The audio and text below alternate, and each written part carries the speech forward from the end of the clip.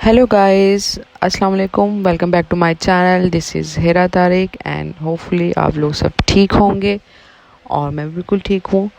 सो आज का जो व्लॉग है वो मैंने सोचा कि आप लोग के साथ ये चीज़ शेयर की जाए कि यूके का विज़िट वीज़ा जो होता है उसके लिए क्या रिक्वायरमेंट है और किस तरह जो है हम यूके का विज़िट वीज़ा जो है वो अप्लाई कर सकते हैं।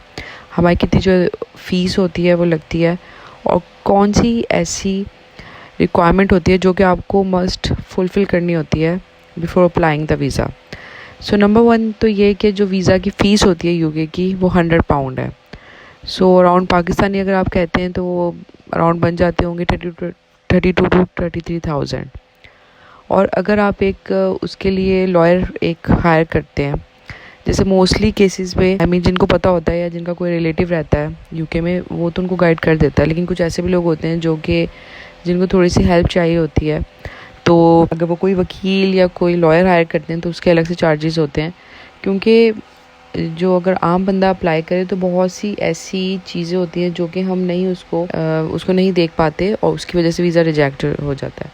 सो नंबर वन तो यूके के वीज़े अप्लाई करने के लिए आपको कम से कम 6 मंथ की जो होती है वो स्टेटमेंट चाहिए होती है।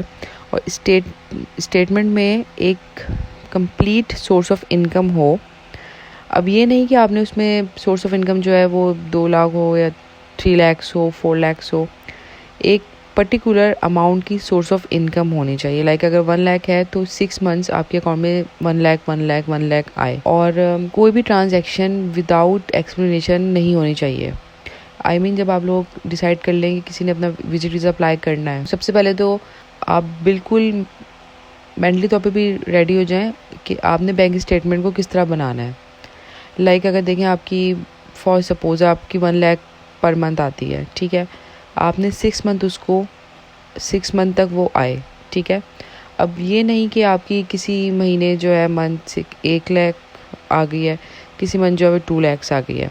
अगर तो आपकी एक पर्टिकुलर जॉब है, ठीक है, और अगर आप एक जॉब होल्डर हैं देन, लेकिन अगर आप बिजनेस मैन हैं और अपना कोई बिज़नेस करते हैं तो फिर आपको उस हिसाब से ही जो है वो आपको शो करना पड़ेगा। जैसे लाइक अगर कोई बिज़नेस होता है तो फिर उसकी सालाना जो पूरी इनकम टैक्स होता है, फिर उसकी जो रिटर्न जमा होती है उसका भी आपको सबूत लगाना पड़ेगा, उसका प्रूफ देना पड़ेगा। फिर आपकी जो फाइनेंशियल टाइज़ हैं, लाइक आपके नाम कोई घर है, कोई प्रॉपर्टी है, वो भी आप शो करें।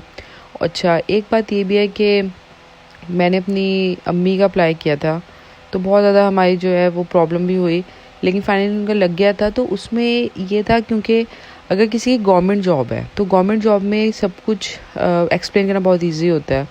लाइक देखें, आपको उसमें कोई ऐसे अलग से इनकम टैक्स का शो नहीं करना होता, क्योंकि जो सैलरी होती है वो आपको डिडक्शन के बाद मिलती है और हर पर्टिकुलर डेट पे आ जाती है, और आपका क्या डेजिग्नेशन है वो भी आपको पता चल जाता है। और इवन कि अगर आप रिटायर हो गए हैं और अगर आप पेंशन ले रहे हैं तो पेंशन को भी एक्सप्लेन करना बहुत ज़्यादा ईजी होता है।